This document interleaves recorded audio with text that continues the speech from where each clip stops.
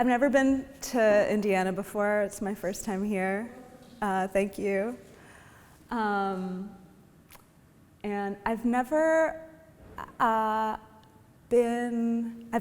the occasion to get on a plane for such an intimate event in so many ways, and I feel very, very special about it. Like I really appreciate. I think that this is Larissa's first solo show, and that this is like a collective that's also like very woman-centric, or at least seems to be from what I can see. And so I feel really privileged to get to be part of it in this way. And it's also special because poetry and astrology brought us together. And I guess a kind of grace, some kind of mystery and grace. So what I brought for you guys, but I can kind of do like whatever. I brought something that I wanted to share that's kind of tells the story of some performances that I've done since 2012. And it's basically like stuff that I did when I wasn't technically writing poetry. So it involves like art performance, and since this is an art space, I thought that would be a good thing to bring. But it also involves a kind of theological research, which is it's like the way I thought about the things that I was doing like extracurricularly in my life during that time. So you had enough time to probably see that symbol on the screen. Did any of you recognize that symbol? With the three. The three balls. So that's actually the international symbol for the pawn shop. So if you guys don't know the symbol, I guess that means that you've never been to a pawn shop, which means that you're rich. So that's cool.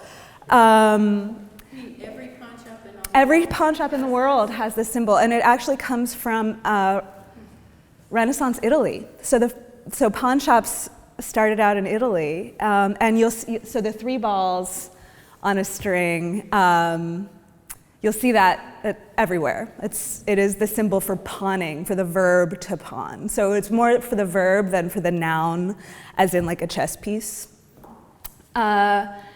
And for some reason, I thought this was like a really good symbol for my theological research because it had something to do with taking things that were discarded and secondhand, and sort of finding things in the garbage. But also for me, it's like a good emblem for bad math. Since you guys don't have experience with pawn shops, like I can tell you that you can bring something in that's very valuable, and you'll get $20 for it. It's a space that is about desperation, you know, and it's a space that is a false system of equivalencies, and where the structure of value doesn't actually make real sense. Like value is built and siphoned off of the desperation of the person who needs to sell the thing, and is also, you know, and then there's different kinds of pawn shops. Some of them are kind of nice, like, you know, they have nice things. A few years ago in New York City, like you started seeing these ads for like more high-class pawn shops, like after the financial crisis, where like people who lost all of their money with Bernie Madoff could pawn their, you know, they were trying to kind of like whitewash pawn culture. But I've been on both ends of the pawn situation. I've pawned things and I've bought things in pawn shops, and I have felt like a lot of what I was doing and a lot of what I've been looking for in poetry, like the places that I've chosen to work, have been spaces that are neglected or that have somehow been like I just like discarded things because I feel like when I find them, I can be in private with them, and like nobody's gonna be looking over my shoulder trying to like steal my thing. And there was this group there was this group of French writers that I was sort of like punning on. So this was like my made-up flag for like this private kind of research that I thought that I was doing. And it's based on the Oulipo. Some of you may have heard of this movement. It was in French literature. It was kind of like early 60s, like a branch of French postmodernism, like after World War II and like as Vietnam was starting. There's this group of writers, and they called themselves the Ouvrior de Littérature Potentielles, so like the factory or the lab for potential literature. And they did a lot of formal experiments with language, and the most famous one that you guys might have heard of is this one author, George Perec, wrote an entire novel without using the letter E. Have you guys heard of that? Yeah. So they would do these things that were extremely formal to the language in order to bring about new kinds of engagement and also new ways of getting at emotion through like using existing structures, like basically like using the garbage that existed in order to, like in new ways, in order to try to find new experiences. Does that make sense? Okay. So, so back in 2012, and actually like since the beginning of my career, I've gotten a lot of weird email. And I don't know if it's because I'm female or if it's some other reason, but like I've had like internet trolls, and like I had a stalker, like internet and real. I got a lot of really nice email, and I got some weird email, and one of the weirder like emailers that I had was this guy, and he would email me and this philosopher who has the same initials as me, and I was never sure, like, is it the initials? So he would email her and me, and he would send us these long, very spammy emails. And by spammy, I mean kind of like if you think back to like the early days of spam, when you'd get like a word salad with like hyperlinks in it and sometimes images. Do you guys remember that? It was like a long time ago now, but like, so he would send us this kind of message, and like I was never sure if they were like generated by a human or if they were just like spam generate, like if they were just like weird. Like I couldn't tell if they were real or not, but there was something about the fact that I was being emailed with this philosopher that made me think that like a human with a consciousness was generating the messages. And one of the messages that he sent me, I was in 2012, so it was like I had gone on the tour for this book Mercury. I had met Larissa by chance in Portland, and I was back in New York and like I don't know, I think I'd just broken up with like a bad boyfriend or something, and it was just like a weird moment, and I got a spammy email, and the subject heading was Rabbi Reines, and I was like, what? And so I Googled, and this is Rabbi Reines, and I found out that he, you know what? I can totally do it. So I found out that that Rabbi Reines was a rabbi in Belarus, and it was the late 19th century, and he had a yeshiva, which was a religious school for Jews, Jewish men, that was considered like really radical and progressive. It was one of the first yeshivas, if not the first, to teach subjects other than religious subjects. So formerly, the only education at all that a Jewish man would receive, if he had even the privilege and the money to receive education, would be strictly the study of the Torah and the Talmud. So a very, very, very, a very profound education, but also very limited, like no math, no science, no history, no other subjects. He had this school that was starting to teach Jewish young men other subjects so that they could be part of the world in different ways. And this was considered both really radical and really exciting. And he was also a Zionist, but not the kind of Zionist that I think of when I hear the word Zionism. He advocated buying land from the Palestinians. And he said very explicitly that if the Jewish people should ever shed a single drop of Ishmaelite blood, Ishmaelite meaning Arab or Palestinian or Muslim, should we ever shed a single drop of Ishmaelite blood, it would be a curse upon all Israel forever. And I thought that was really interesting. And I was very, very excited by like what I saw as the resemblance. So you guys got a hint of this. I felt like we looked the same around the eyes. And I don't have a good relationship with my dad. We actually don't speak, but I sent him an email and I was like, I just found out about Rabbi Reines. He seems like a really fascinating person. I think that we kind of look alike. Could we be related? And my dad wrote back and he was like, we're not related to Rabbi Reines. And I was like, well, maybe I'm just not related to you. So I was just like very excited to have this new patriarch in my life. I'd never really had a patriarch before, and this spammer had brought the patriarch into my life, and I was really, really happy about that. So it kind of like initiated this period of research. And the first project that I got to do in like what I think of as this like theological research period of time was a performance called The Origin of the World. Have you guys heard of the Courbet painting, The Origin of the World? You have. Okay, content warning. So this is the painting. This is a painting called The Origin of the World.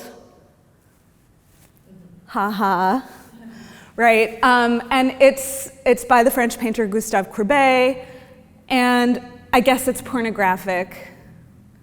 I certainly was for the day. I think it was commissioned by a private collector for his bedroom, so it wasn't ever really intended for public consumption, and the tongue-in-cheek title, I think, is also quite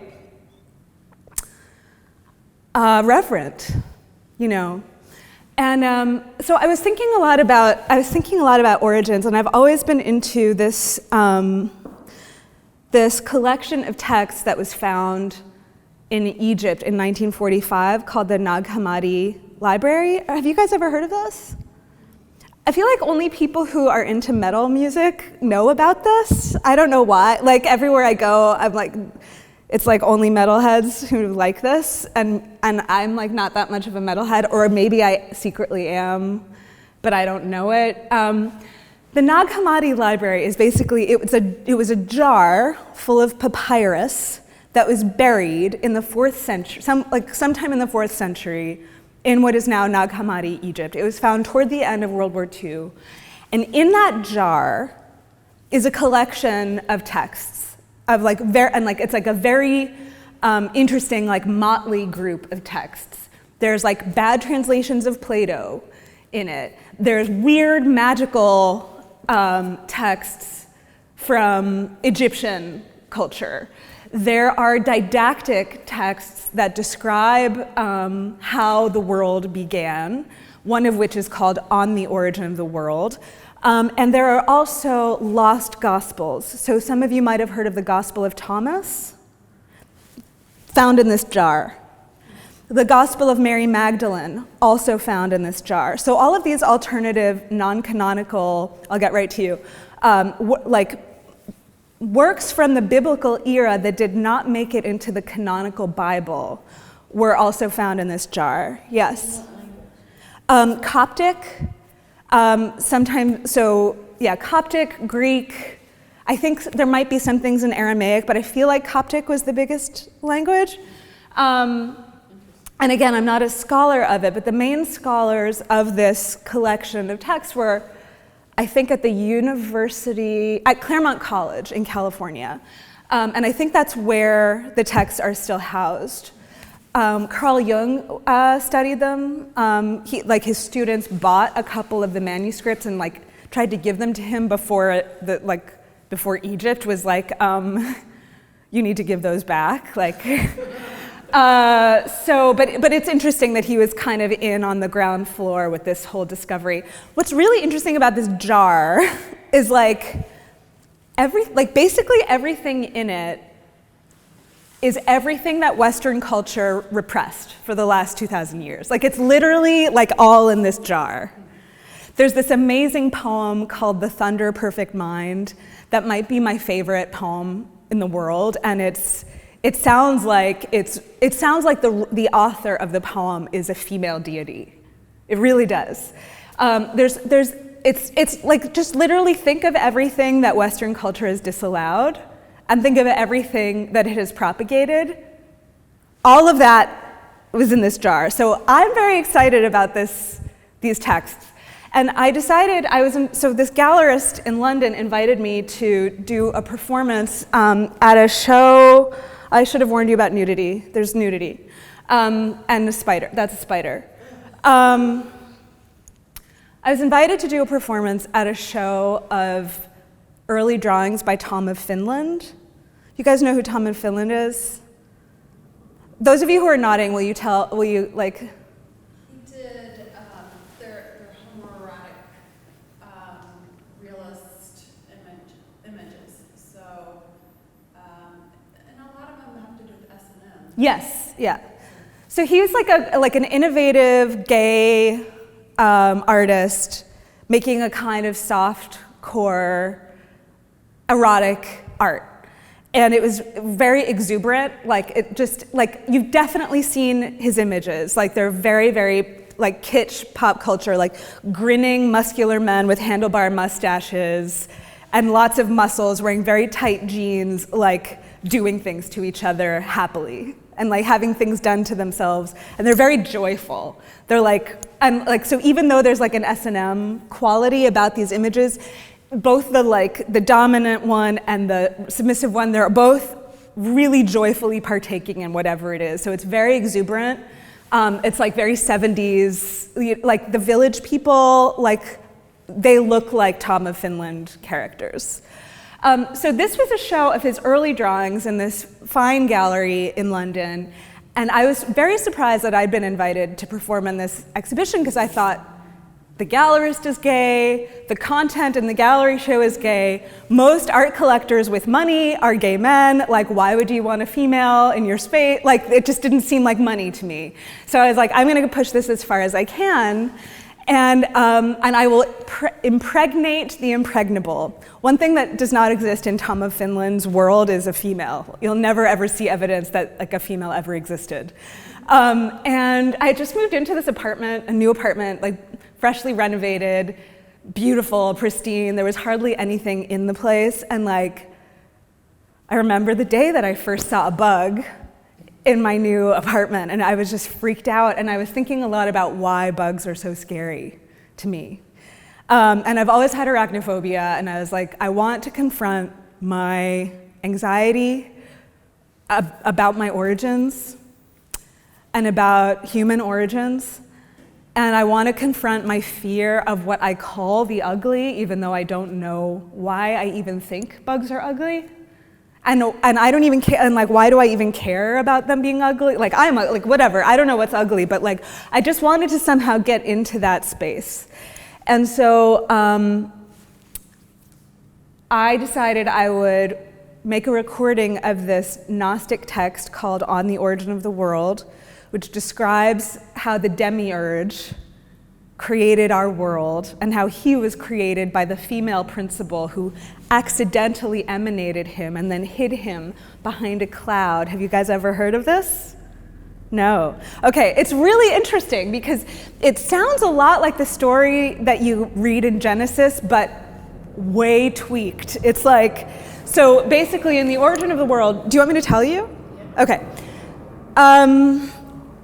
Basically, there was this time called the pleroma, but it was the totality. It was the time of darkness, the time before creation. And the totality emanated a feminine principle that's called Sophia. And the feminine principle there's different accountings of why she ended up emanating something too. That some of them say that like because she longed to be reunited with her creator, she accidentally emanated basically a kind of progeny, like through thought form. And this emanation, she ended up calling Yaldabaoth. And the reason why he was called Yaldabaoth is because what that means in whatever this weird version of Greek that this story is narrated in, what it means is child, go over there. and that was the only sound that he had ever heard. So the demiurge got emanated by Sophia, who was like, go over there. She wrapped him in cloud, and he thought that he was the only being in the universe. And that's the demiurge, like Yahweh or whatever, like Adonai, whatever you want to call it, that ended up making us. And so he created us in ignorance without realizing that he wasn't, not only was he not God, but he wasn't the only God. So, and so that's how jealousy and ignorance and loneliness and all of that like stuff that we love came into being with us. And I was like, oh my God, that makes so much sense. And then the story goes on to explain Adam and Eve and how Adam basically like didn't have a soul. He couldn't get up. He was like, the demiurge created him and Adam was lying on the ground, but he had no soul, so he couldn't get up. But so Eve, who had been created by, Adam was created by the demiurge and Eve was created by Sophia. So Eve had all this wisdom. I didn't make this up, it's from the 4th century. Eve blew into Adam's mouth a soul, and then Adam was able to stand up. And then the angels, when the angels saw that, it'll load. When the angels saw that, they became really afraid that this new form of being, which is humankind, could become greater than the angels. So they raped Eve, gang raped her, in order to mix, like in order to like pollute her womb, like basically to like mix up the stuff that was in her womb. Anyway, it goes on and it's really weird. In the performance, I'm like lying on the ground with this spider. That guy in the corner, not the naked one, is the spider's trainer. The spider had actually been in Harry Potter and was like a professional tarantula. My boyfriend at the time just like decided randomly to take his clothes off and come into the performance, which was not a planned thing.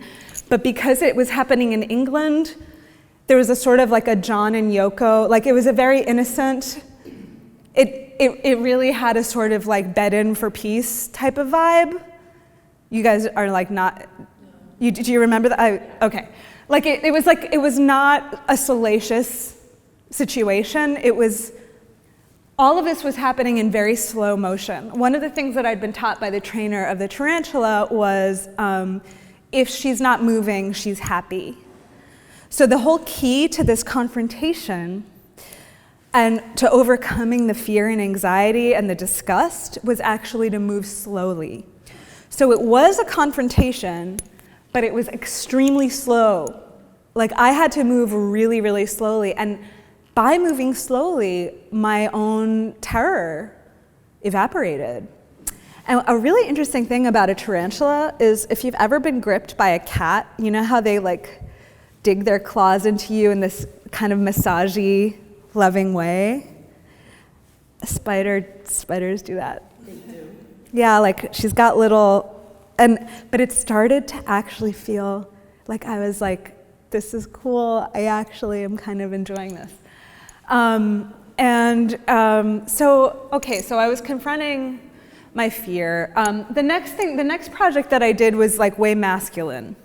So first I was confronting like my fear of the vagina, which I'm not alone in having, I don't think.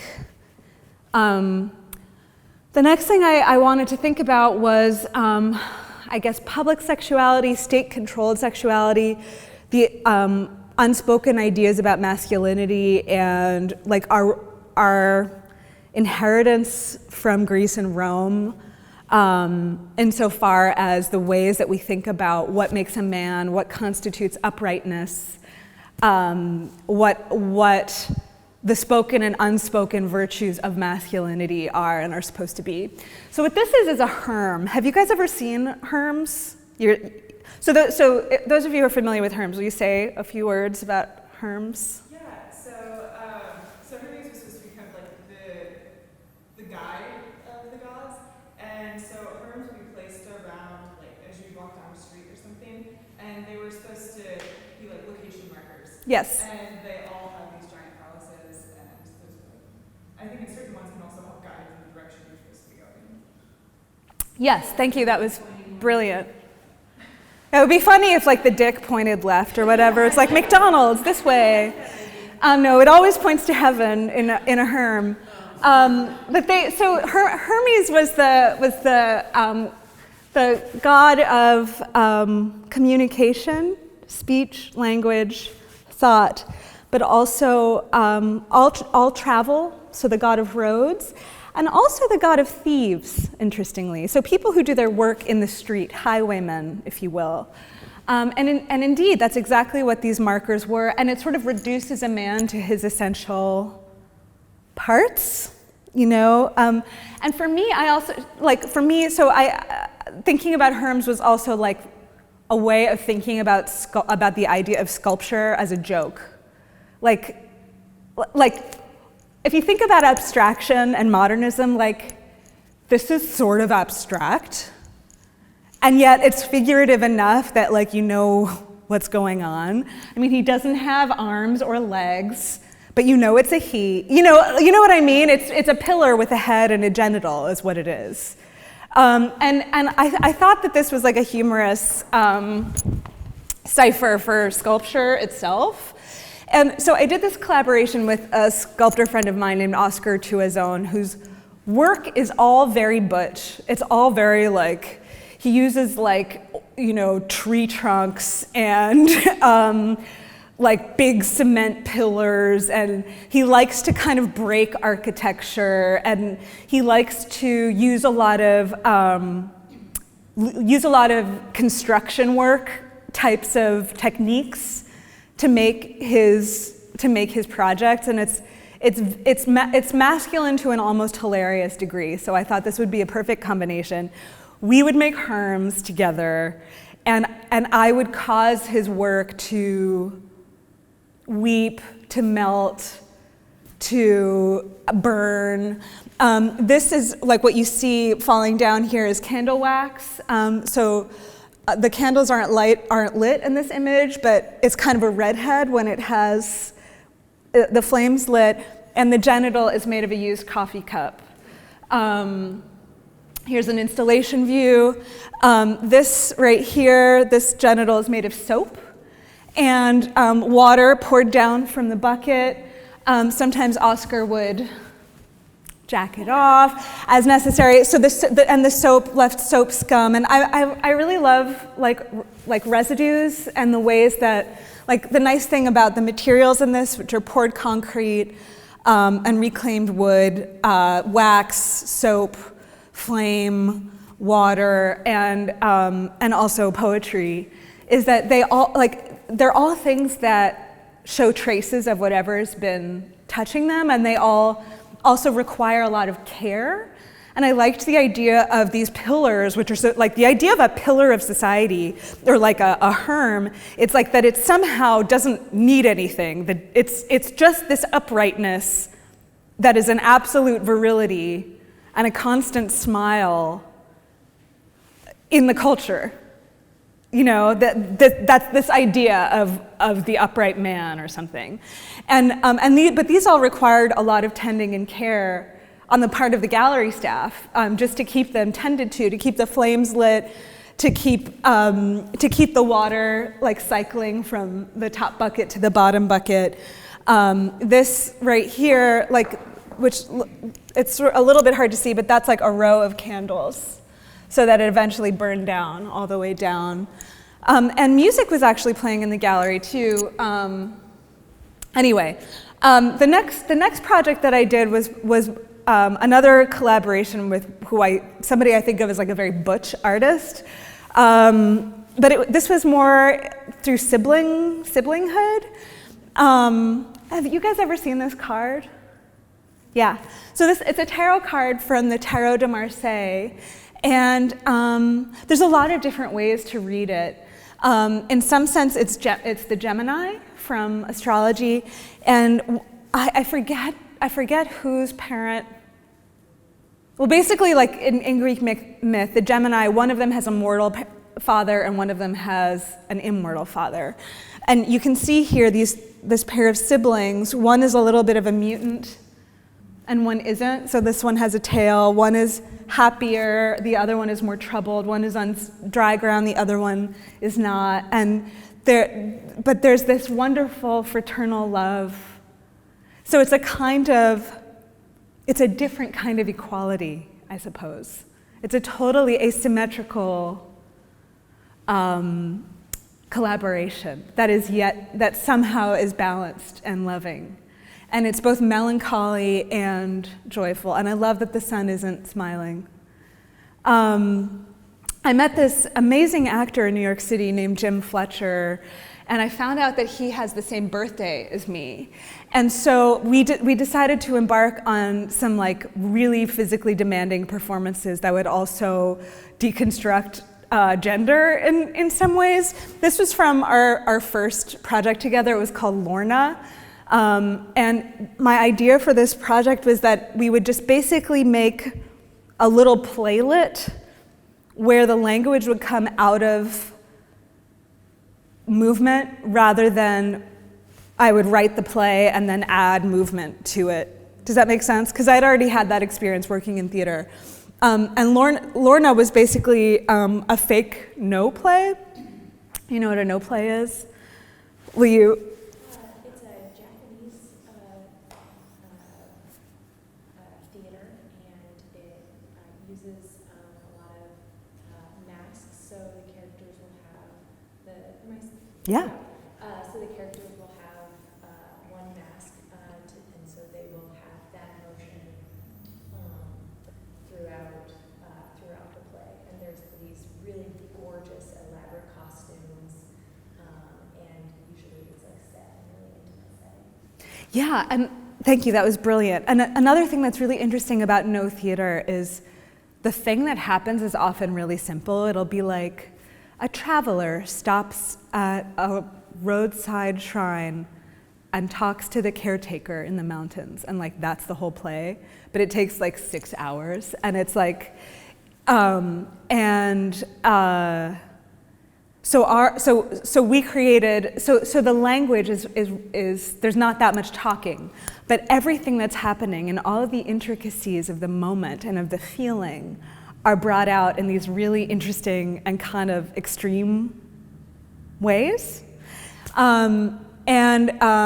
They tried to arrest me for looking like that. Like the building that we were rehearsing in didn't realize that we were rehearsing, and Jim had initially balked at putting tape on his boobs, but I was like, it's not about my boobs or your boobs, it's about us being twins. And he was really glad to have taped his boobs when they tried to arrest me, because it was meant to be about the weirdness of difference I don't know, just to create a kind of fraternity rather than a separation between men and women. Like why are men allowed not to have a shirt on? I don't know. Anyway, the next project that we did together was Mortal Kombat. And again, because me and Jim have the same birthday and we're both Scorpios, I was really interested in the character Scorpion from the 1992 version of this video game. Do you guys know this video game? Yeah. Okay, I remember this video game in a really weird way because my brother got it around the time that I first got my period. And the thing that I remember being really striking about Mortal Kombat versus the other street fighting video games was that it had splashing blood. Do you guys remember this? For me, anyway, not being a huge video game person. Like everything I knew about it came from my little brother, but I just was like really struck by the splashing blood in Mortal Kombat. And I always thought, I guess because it corresponded with my own menstruation, the first version of this game, that blood in movies and like blood in games had to do with menstruation envy. Like that men have menstruation envy, like they don't see blood the way that women do. And they're not forced to be accustomed to it the way that we are. And I know myself from my own body that in some ways it takes a really long time to get accustomed to it. Like sometimes I'm still not accustomed to it. Like it's like, and I should be so familiar with it. But there is something shocking about the sight of blood, the smell of blood, and being rhythmatized to it socializes you in a different way. And people say a lot about the maternal instinct and women and violence and war. And I've often wondered, I mean, this isn't scientific, but like I just speculate sometimes about what having this rhythmic education of the sight and the animal smell of one's own blood, that probably has something to do with how we think about the respect for the body of another, and about the consequences of violating that. I think it's not just the so-called maternal instinct, but that it might have something to do with this connection to a different kind of violence. That's the beautiful violence of all creation that women are forced to learn on a monthly basis, without language, without social space accorded to this period of time. We're all trying to repress it and get on with our lives and act like PMS isn't real, and all the other things that we do to try to compensate, rather than ennoble or even just like be remotely interested in the whole space of that cycle. So Mortal Kombat was this idea that Jim and I continued of making a kind of performance/play where the structure of it would be based in movement, and that whatever language we ended up using would come out of the movement. And we did it. The final version of it happened at the Whitney Museum in the Brewer building before they moved downtown. And basically it was structured in rounds. So the game had 10 rounds, and there were like different goals in each round. But there would always be, like, we each had our own side, and we would meet in the center, and there would be like a thing indicating like what the center line was. And basically the goal of each round was to get the other one back, like to push them back to their side. And this was like the facial offensive round. You can see my stomach is red because I've been punched in the stomach in the previous round. So all of the violence in this performance was real, but we practiced it. So rehearsal was all about learning how, and I have no martial arts experience. I used to be a ballerina. I mean, not a real ballerina. I mean, like a teenage dance freak. But I started training in martial arts, and our rehearsals often consisted of slapping each other, getting slapped, punching each other, getting punched, like grappling, choreographing, also doing a lot of dance. Another thing that we really incorporated into this, and it's something that I use in basically all of my performances, was like a soft beginning. So all of our warming up happened in the space, so that there was no clear trigger for the audience that like now the performance has started. And that's become a technique that I've completely fallen in love with. I love the soft beginning, because it's sort of people decide for themselves when it has started. And so we warmed up before the thing, and sorry, these pictures are a little bit out of order. Here's me pathetically, like not even knowing how to punch, but like trying to do it right, and getting punched, getting carried around, grappling, more getting carried around, being twins. This is when I quote unquote killed him, but it never felt really satisfying that I killed him. Like it wasn't really believable. Like he would have killed me, and for me, that's like the one thing that remains sort of unsatisfying about the performance. Like the way that we agreed upon it was that like I couldn't kill him, but I could exhaust him. But the fact is that if he had been using his full strength, I would have been the dead one at the end. And it was just an interesting experience. People were really obviously disturbed to see a man hitting a woman in this way, even in this very controlled way. And of course I knew that that would be the case.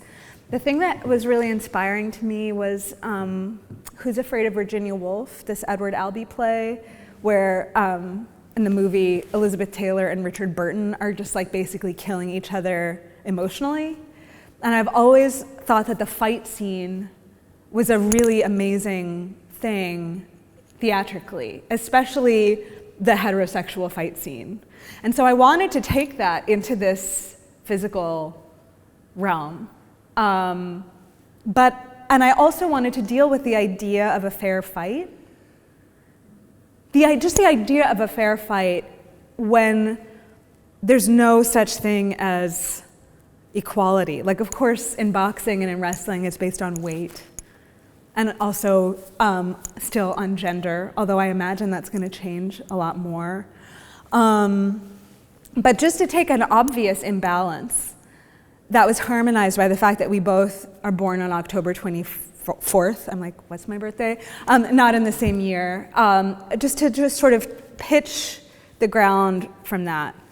So anyway, while I was rehearsing this performance, I also had a job. Don't worry, it's almost over. I also had a job. Oh, you know what? I should say. Any questions so far? Okay. How are you guys? Are you guys okay? We're in the home stretch now. Basically, while I was rehearsing this piece, I was also traveling back and forth to Boston for a job at a university, and my boss at the university was a creep, and I ended up suing the university. But at the time, so I was in the middle of like doing this very confrontational performance, and I was going back and forth. I had this really long and heavy commute and a very, very busy job. And the person who had hired me was just a gross guy, and he was gross to me and other colleagues and some of my students, and I found it extremely disturbing because it was both the first time that I'd ever encountered that kind of behavior in a space where I'd encountered that kind of behavior everywhere else, but I had not expected it at the elite university that had offered me a very fancy job. I just naively thought that I wouldn't be treated in that way in that space. And so I was a total sitting duck. Like I was completely blindsided by this, and it really threw me into a kind of turmoil, because it was also a really great professional opportunity, and I had been trying to psych myself up to want it. You know, sometimes you get something that you didn't expect, and then you have to try to want it because it's like a good thing. But something in you is like, this is a really bad thing. And so I'd done a lot of sort of psychological labor to just like want the opportunity that I'd been given. And then this thing happened. And so I was really stressed out, and I was coming back and forth. I was like rehearsing, getting punched and kicked and punching and kicking in rehearsal, and then going to this job and like spending 20 hours a week in some form of public transportation, which is really, like, that alone can make you feel bad. And I had a beard at the time made of acne. Like a zit beard. And have you ever had one? Yeah, it's like it hurts. And anyway, I think it was October 7th, 2014. I was walking across Allen Street in New York City, and it was cloudy, and the sun started coming out from behind the clouds, and you could feel the warmth of the sun emerging from the clouds, and I was just like, oh, this is so beautiful. And a sunbeam started to come into what I think of as my antenna, which is right here. It's where, when I was in a car accident in Haiti, like, I bumped my head, and it's where my first gray hairs came. And it's where, like, when my mom was in jail, like, my hair fell out. Like, it's just like, it's very, like, advanced. It's like my old, it's just like my advanced part of my head. That's ahead of the rest of my head. And it all, like, and it's weird, like, the white hairs go away, and, like, the hair group, like, it just is reacting to something. And the sunbeam was coming in there, and it was so beautiful that I sat down on a bench. And on Allen Street in New York City, Allen Street is a two-way street that is perpendicular to another, even busier street called Delancey. And at this end of Allen Street, there's, like, an old bathroom that isn't used anymore, and there's a bench that you can sit on. So I sat down on the bench, and my body started to fill with rapture, bliss, and the warmth of the sun was pouring into me through my antenna. And then this really weird thing started to happen, which is that the sun started to talk to me. And the way that it was talking to me was, it was basically communicating fully formed thought forms into my brain, using all of my intelligence and my experience as raw material. It was putting these thought forms of a vastly, infinitely bigger intelligence into my brain, so that all of the implications of an idea and all of the deductive possibilities of it were delivered all at once. Does that make any sense? I know I'm saying something kind of out there. So it's like this is a book, right? Like, it was like, so the idea of the book was communicated with all of its contents and with everything that could possibly be said in discussion about the book was all delivered at the same time. So thought forms had a shape. It was like they had form. And there was language in it too. But the language was like an edge of the thought form. Does that make sense?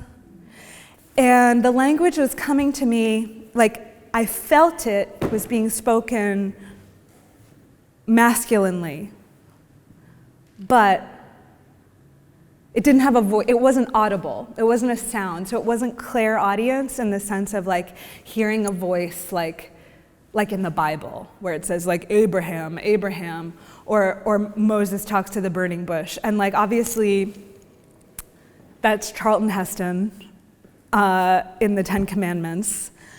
And I had this moment when I was sitting on the bench, and I noticed that this was happening, that I took out my notebook, and I started to write it down. And I had written a couple things, and then I started laughing because I had a fucking beard. and I was having a mosaic experience. Like I was literally taking dictation with a beard, just like it happened in the old days. So as a kind of joke, I've called this sequence Mosaic. And what I'm going to do is just read, like, I'm going to let you read it, so I'm not going to read it out loud. I'm just going to press the button. And then we can maybe talk a little bit when it's over. Okay. Any questions before I continue? Okay.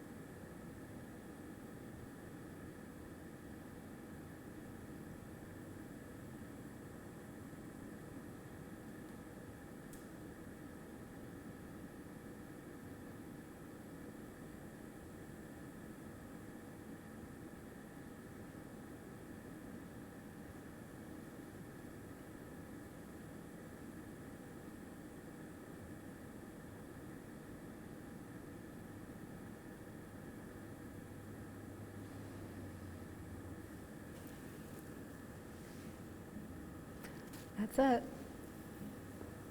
It's a lot.